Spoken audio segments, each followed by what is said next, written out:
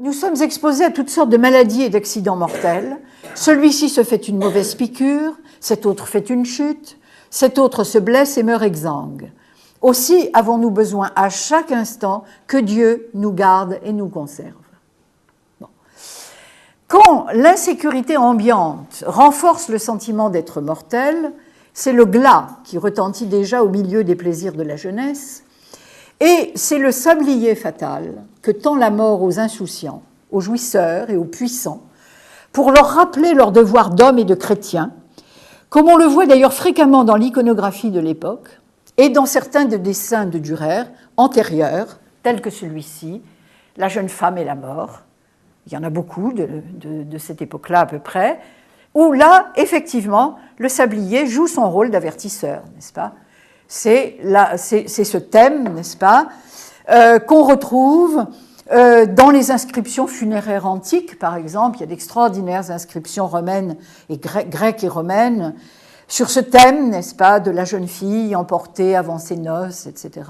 jusqu'au quatuor de Schubert, n'est-ce pas. Le thème de la jeune fille et la mort, que Hans Baldung-Grien a aussi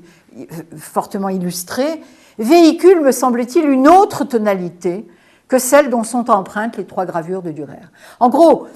mon interprétation, c'est que ces trois gravures ne donnent pas à voir, à entendre, à percevoir simplement cet avertissement face à la mort, mais quelque chose qui ressemble beaucoup plus à ce que Jung appelle la crise du milieu de la vie, avec effectivement un rappel du devoir mourir, mais pas sur le même mode, puisque ce rappel est aussi le commencement d'un nouveau cycle. Alors, j'en vois pour premier indice le fait que l'horloge de sable, Sanduhr, on le nomme en allemand, est dans ces trois gravures figurée au moment même, éminemment fugace pourtant, oui, ça se voit assez bien quand même, où la quantité de sable écoulée équivaut encore à celle encore disponible. S'il ne s'était agi que d'admonester les irresponsables qui gaspillent inconsidérément leur vie, l'inégalité d'état de sable eût été plus convaincante, plus stimulante aussi pour leur rappeler qu'ils doivent de toute urgence préparer leur salut en rachetant leur existence dissolue.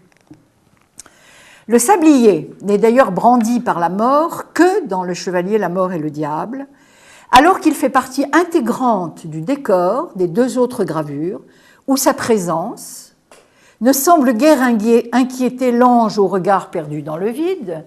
le sablier est derrière lui, il ne s'en occupe pas, et pas davantage Saint Jérôme plongé dans sa méditation solitaire. Et comme Dürer, soucieux d'innovation créatrice au point de renouveler dans chaque gravure le style du sablier représenté, vous avez remarqué que ce n'est pas tout à fait le même, enfin il y a une créativité, et qui ne concède jamais rien à l'anecdotique, on peut difficilement imaginer que l'horloge de sable, présente dans les trois gravures, ne soit qu'un élément du décor, répondant à une convention d'époque. Et on l'imagine d'autant moins qu'on connaît le moment en effet crucial dans la vie de l'artiste, où ces trois œuvres ont été réalisées.